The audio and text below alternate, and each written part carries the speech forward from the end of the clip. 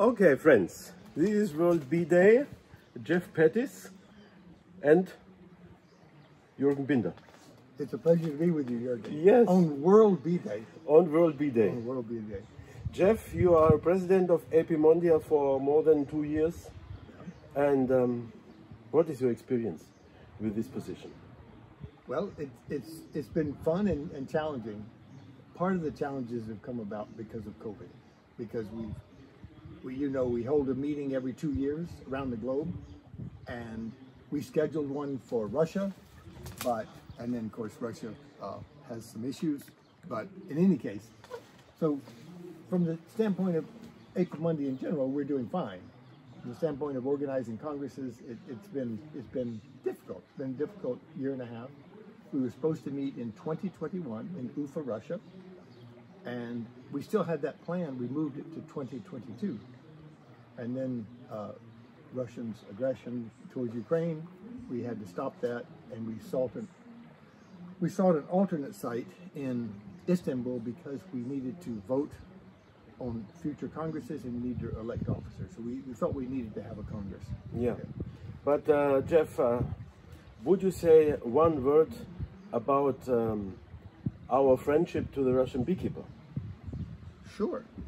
So we heard from a lot of our members. We have over 110 countries that we represent, beekeepers around the globe, and well, most were positive that we couldn't go to Russia. It just logistically it was impossible. But we as Apimondia said we will not punish the Russian beekeepers. It's not their fault. So there's no move to ban them from Apimondia, and we welcome that at a Congress. What we have said is that we are not allowing any Russian companies to come to Istanbul. So we're the commercial interests of Russia we're not supporting. But we support all beekeepers around the globe. So this is a good notice, not to ban the Russian colleagues because we are beekeepers, we are not politicians. Exactly. Well, and also, where do you start drawing the line? Yes. Like if you look back in time at different places, almost all countries have done something poorly, let's say. Yeah, that's it. Yeah, it's about beekeeping. It's about brotherhood of beekeeping. Yeah, for example, this southern Italy was German in the 13th century. Really? Federico II, Frederick II wow. was living in Sicily and in Puglia. Okay. And this belonged to the German area. So would we require this area? Yeah. Well, no. Also, if you look in the background, look at the influence of the architecture. It's Arabic. I mean, all these curves. So we're very close to North Africa, and yes, things have changed hands many times. Yes. So, yeah. Okay, so this was the difficulties about the Congress in Ufa. Yep. And you decided to go to Istanbul because it was easier to organize it there. Yes. You had already experience there. We had experience there. We knew we could get the venue on short notice, and we also had all the technical support there that we needed, as opposed to trying to find a location in Germany or Italy, or we got requests from many places, Canada even. We can host it on short notice, but we had less than 6 months, and we went with the known entity. So, yeah. So this is the question of the Congress, but what else are you doing during the year? Oh, I'm just here relaxing. No.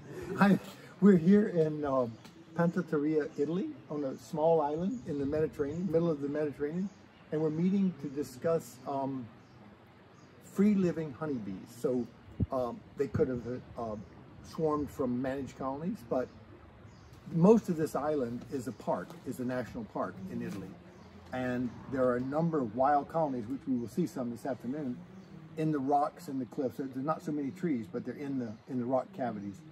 And this is a meeting. Many international scientists are here to discuss how do we protect wild Apis mellifera in the forest of Europe, or in this case on the island of Pantelleria. So it's a discussion about that, and about maintaining the genetic diversity that is all over Europe. So we have Ligustica, we have Syriaca, we have Apis mellifera in the northern part. So how do we maintain some pure populations? So how can we protect wild living bees colonies? Well, I think the general feeling is that there are areas in, let's say, national parks or special reserves where they may already be living naturally, and depending on the purity of their heritage in that area, it might be worth, you know, protecting those zones. But then you come into conflict with beekeepers who want to move to those areas because maybe they're rich resources for honey and nectar. So, and how do you intend to solve this problem? You are president of the Beekeeping Association, yes, aren't you? I know. So the professional beekeeper will come and ask you, why are you sitting in this conference and not sitting in a conference against pesticides? But we do sit. We go to the European Union and we go to EFSA and things to fight against pesticides. I think there's room for both. I think. Because we're not talking about huge tracts of land. We're talking about specific, in this case, it's an island. So there is commercial. There's beekeeping on the island, and then, but 80–90% of the island is a national park. So within the national park, we let the bees live freely. And the beekeepers can be at the market. So, and in other parts, I'm doing some work in France, and there are, I think, 8 or 9 locations where they're trying to breed Apis mellifera, and it's usually like high mountain valleys or islands or special areas. So it's not there's room, but it's true. I'm a beekeeper, and the hardest thing I have is to find good locations, and so it can be a conflict. Yes, that's true. Yeah, we don't want no. So we're not going to lock up. I mean, I'm not proposing, or they're not proposing to lock up all the different lands. It's find where there are populations of these endemic subspecies of bees, where they're living, and maybe try to protect them. Yeah, I am listening very carefully to the discussions about the Pantelleria Declaration, and I must admit that all of these scientists discussing it are very carefully thinking about both strains. It has to be a balance. I mean, but there isn't, like, the one that almost never gets mentioned is the bees from the Spanish Peninsula, Iberiensis. Like, nobody seems to want that bee, but we need to preserve it. We need to find places within Spain and Portugal that it has a refuge. So yeah, and here it's not. We think of Italy and Ligustica. It's not Ligustica here. It's Sicilian. I've forgotten what there's always yeah. I think it's so. And again, we need some of that diversity, but of course, as beekeepers, we like to manage a bee that we know, that is very productive, and that works well in our hives.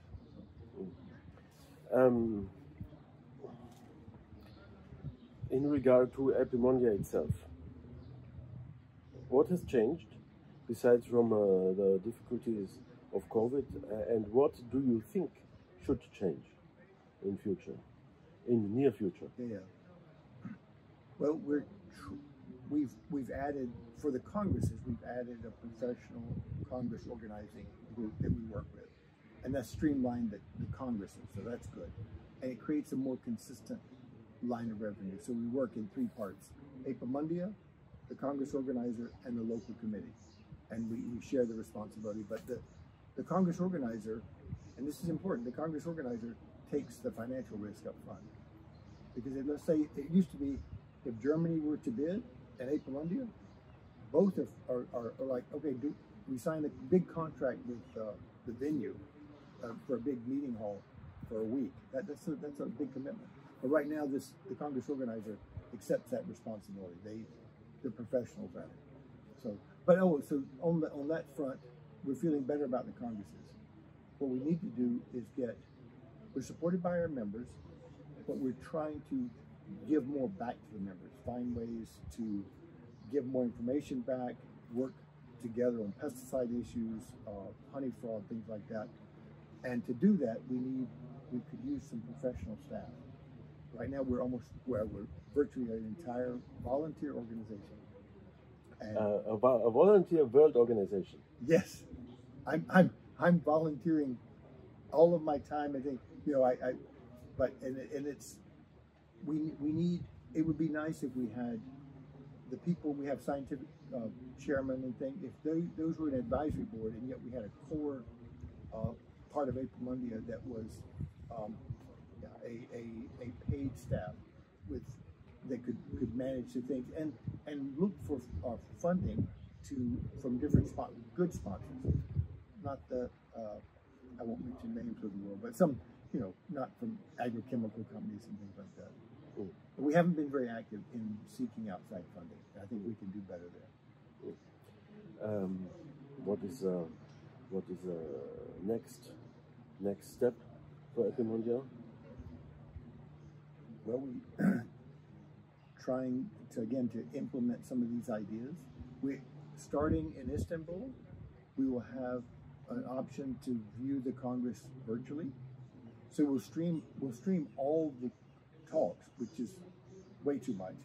But then it'll be recorded. People can go back and watch the different talks if they want.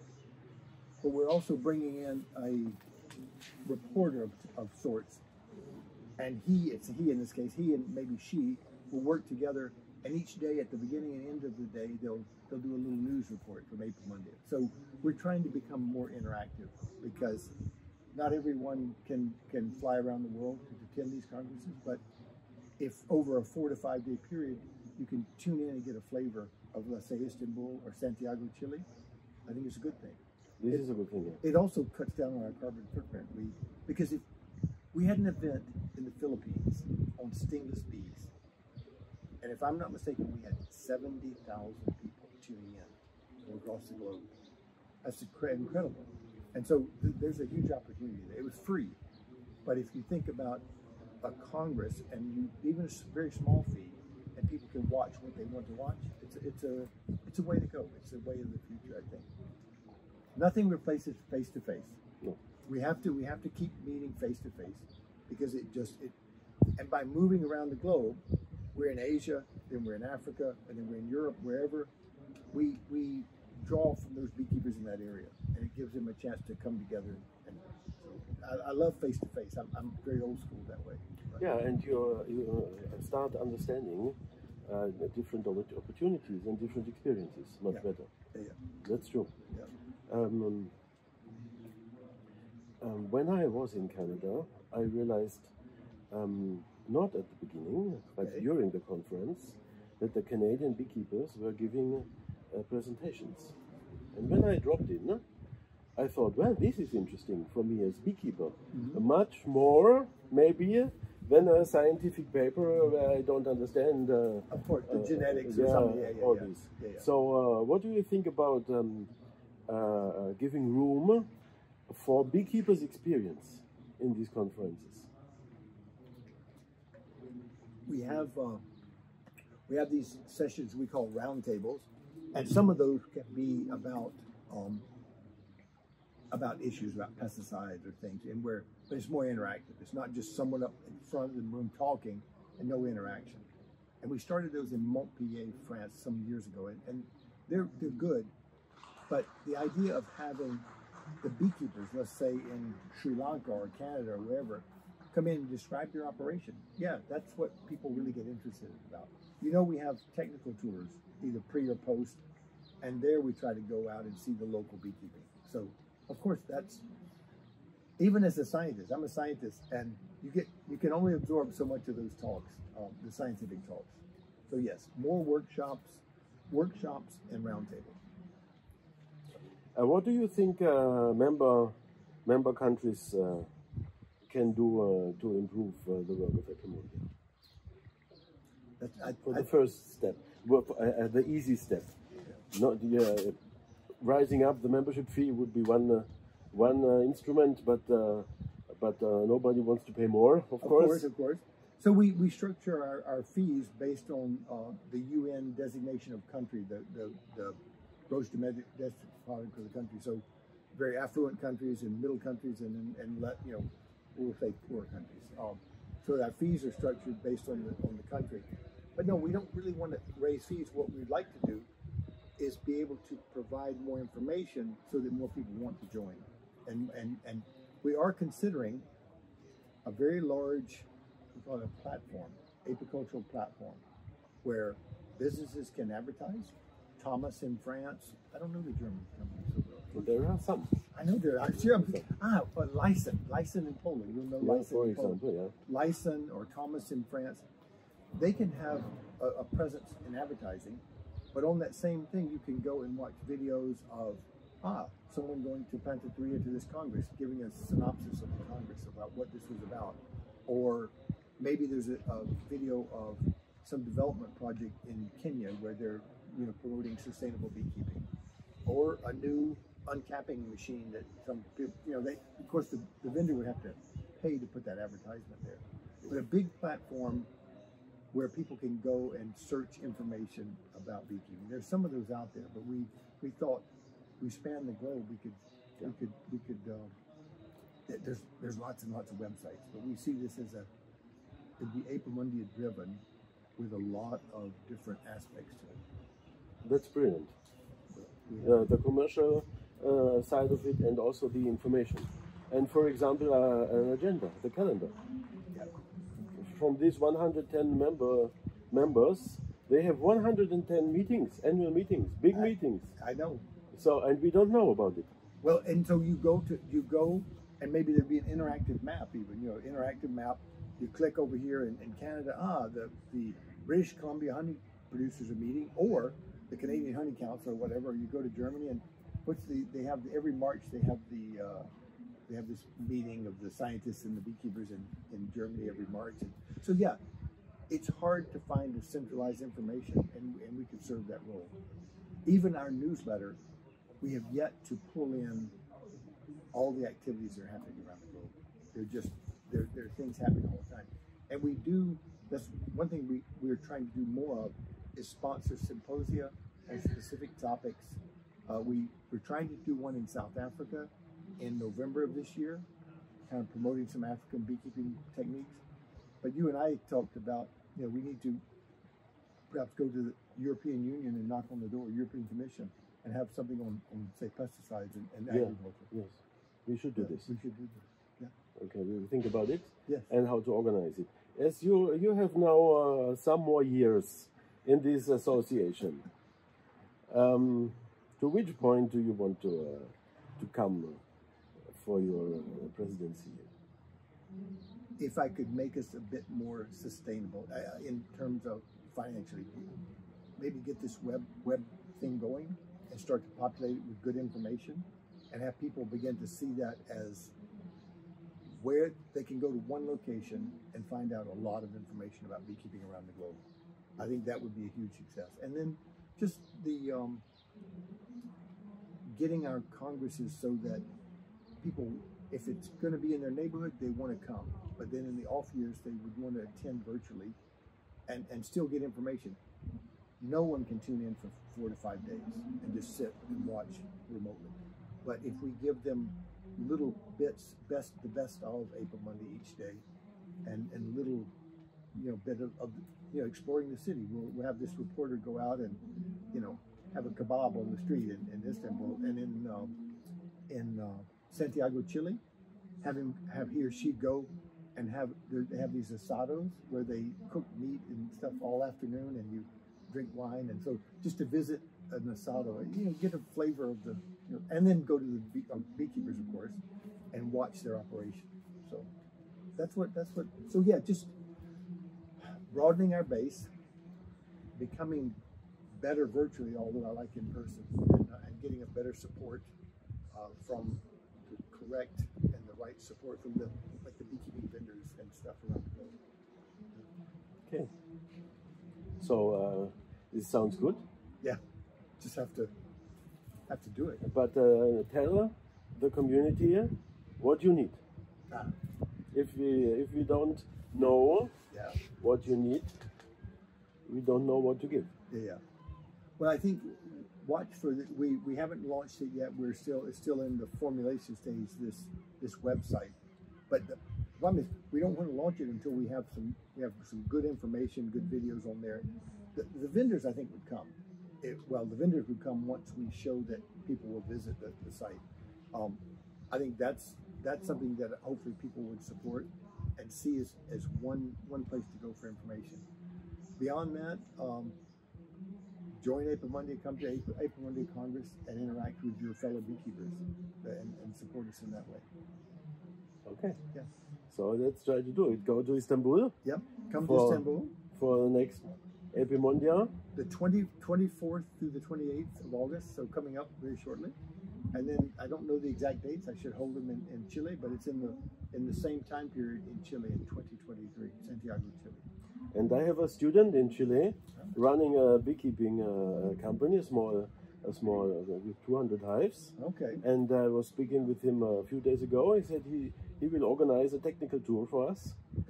So we can join even in Chile and see how beekeeping in Chile is working. Yeah, and so the other thing, I was there about 3 weeks ago because just we needed to support them and discuss what else we needed. We went on one perspective technical tour. So we saw two beekeeping operations, and we visited a beautiful winery. Oh, so yeah, so there's a lot to see. Chile is one of the longest countries in the world, and they go from the Atacama Desert, dry, all the way to Patagonia in the south, and it's a beautiful country to visit. So, yeah. And the wine, is it as good as in Italy? The wine is good. Yeah. I'll just say the wine is very good. So let's try the wine in Chile. Wine in Chile. Yeah. Okay. Yeah. Jeff, thank you for your time. This World Bee Day, and now you are joining other countries for a short celebration. Yeah. I'm going to Kenya here in a few minutes. There's a World Bee Day celebration in Kenya today, and then also in Rome. We'll do something from Rome, from FAO headquarters in Rome. So. No, thank you, Jürgen. It's always good to see you, and thank you for the support that you've shown, the Armbruster Institute, for the support to Apimondia. We appreciate it. Yep. Thank you very much.